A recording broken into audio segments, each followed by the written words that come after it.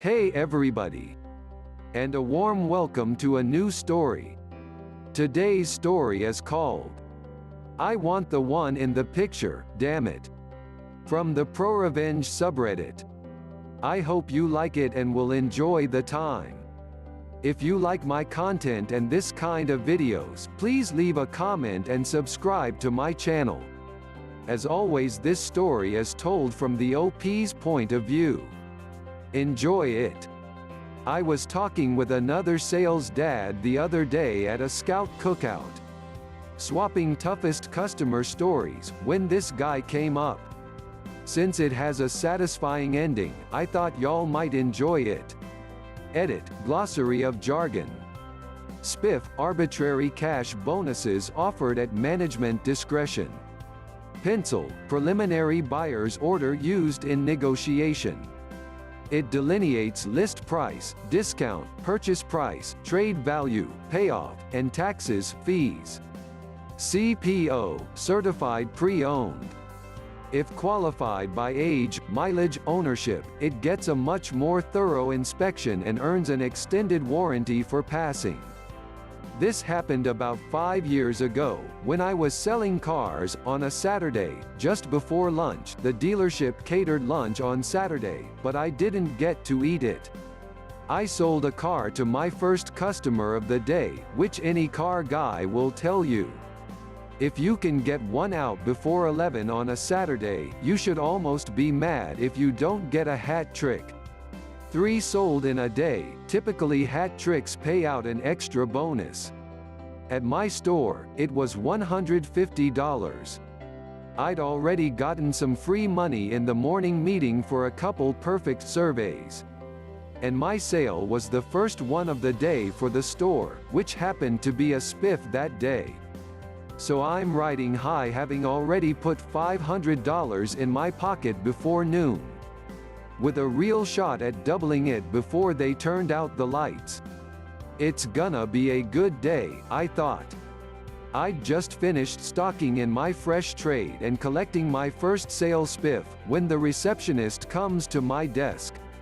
Hey, my posting name, you're really good with weird, angry, and weirdly angry customers, yeah.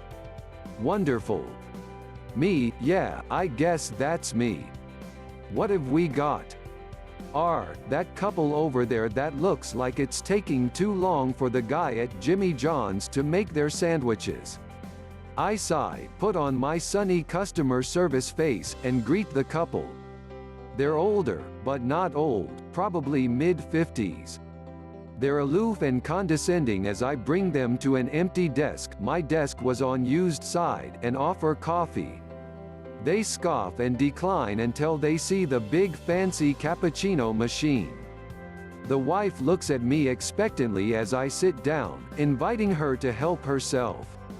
Reassuring her that it's a very intuitive machine with several options, but I'll be happy to help if she has any problems.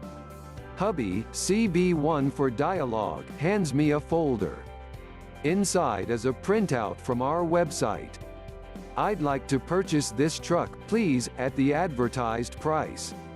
He says. I say, excellent.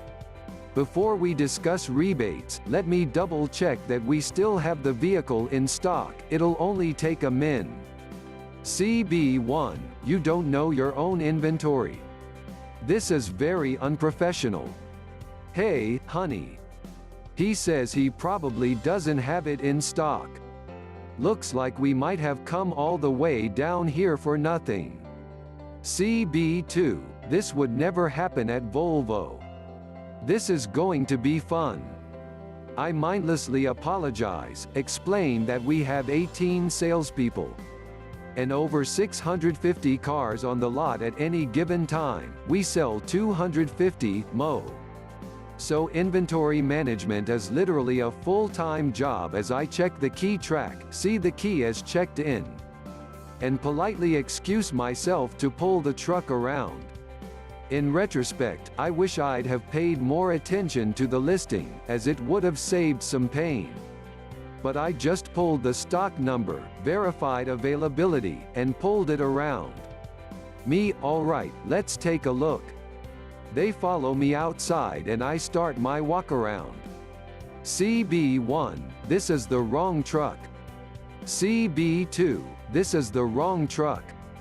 I told you you were asking for trouble trying to buy domestic.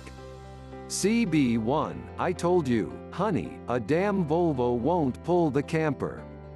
This is what we need. Me, what do you mean? This is the truck from the listing you gave me. CB1, Christ. No. It's not.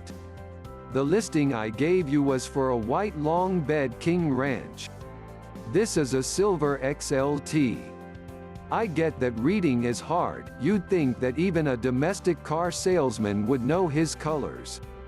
Me, first of all, there's no such thing as a $30,000 King Ranch and you clearly know that.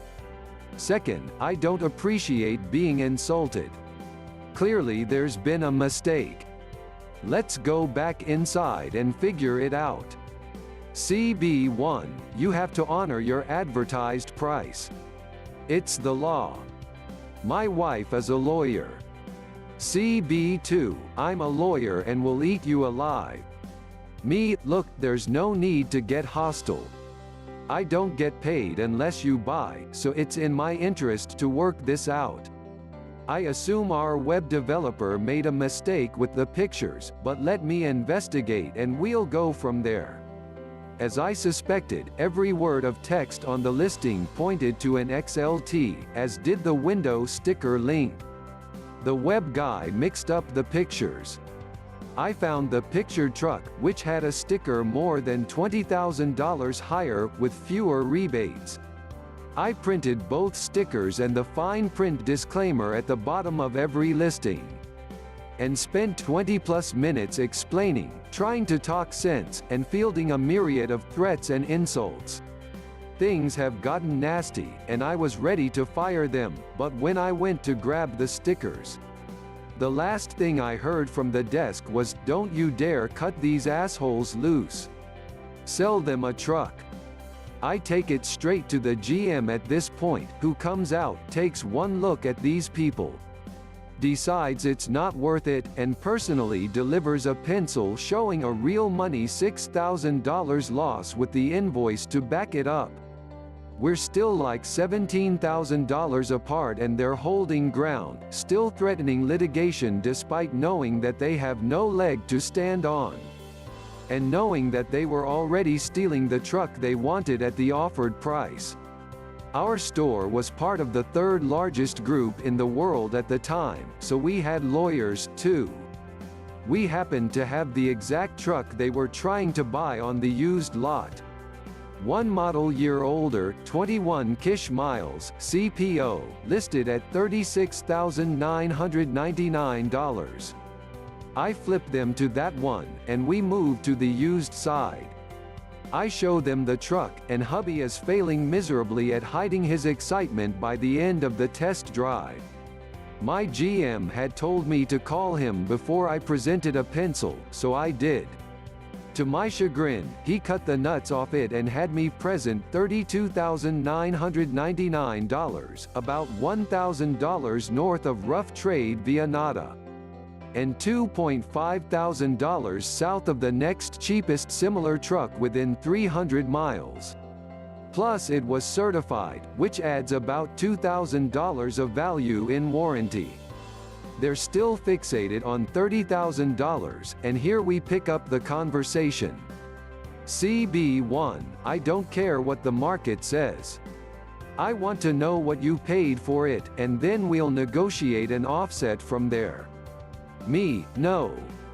That's not something you get to know. You don't demand to know cost on anything else you buy. You could literally go to CarMax tomorrow and turn a small profit at our price. Even if you weren't stealing this truck, and you absolutely are, my time isn't free. CB2, we don't give AF about you. We want a great price, and we're not there yet. Do better. Me, you absolutely are at a great price, and given the abuse I've endured.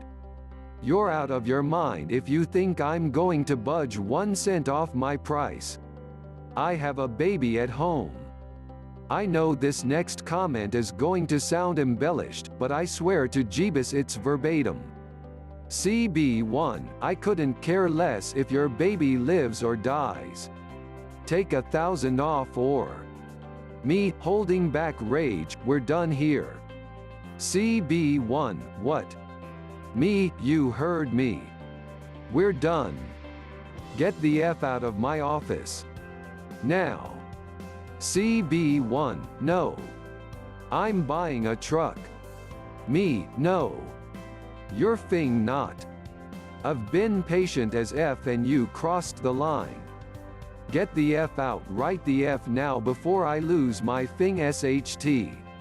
CB2, Typica. Me, now. They stood up and I half herded, half shoved them out of my regular office and out of the building. I immediately got lit up by the desk managers, and I let them speak their piece. Then I told them what was said, and suddenly we were a united front. I was shaking, I was so angry, so I was given a shot of desk whiskey and told to remain in the tower until the whiskey worked and I'd calmed down. I was hot, so it took a good while. I was still there when CB1 called about 20 minutes later to BTCH about how he was treated, and he caught an earful from my manager. He still wanted the truck, and my manager still wanted to sell it, so he put the guy on hold and asked me, "I've gotta sell the truck. What do you want me to do?" "I'll do the paperwork if you want, but you're still gonna have to deliver." Me, "Nah, that's all right. Just tell him his price expired when he got himself tossed, and there will be no negotiations when he comes back. If he wants the truck, he'll pay what we ask. Don't tell him the price and mark it up $2,500. He laughed, nodded, and set it up. I got the deal jacket ready, brushed off his feigned apology, and made him fill out the credit app in silence before I showed him the buyer's order. CB1, this is way higher than it was before. Me, yes, sir. It is. Sign here. CB1, why? Me, a-hole tax. Sign or go home. He glared at me, I stared into his eyes and didn't say a word for a good 30 seconds, then he picked up the pen and signed. I remained cold but professional through delivery, and managed to treat him like any other customer I didn't particularly like with my sold follow-up. He remained an asshole every time I spoke with him, but he ended up inadvertently being my biggest source of referrals. Evidently he told everyone he knew about me charging him an a-hole tax, and he was such a notorious a-hole that it made his circle want to buy from me. Over the next year, I sold 7 cars to people he knew. If anyone is interested, I did make my hat trick that day, but it didn't come until shortly after close. Edit, wow. Didn't expect this much traction with this story. Thank you, Stinky Piticle Bum, and you other kind strangers who guided the post. It's a first for me, and it's greatly appreciated even if I'm not quite sure exactly what it means. What do you think about this story? Tell me your thought in the comments. If you like the story and the content, please leave a like, subscribe and share this video. Also have a look into my playlist for more entertaining stories.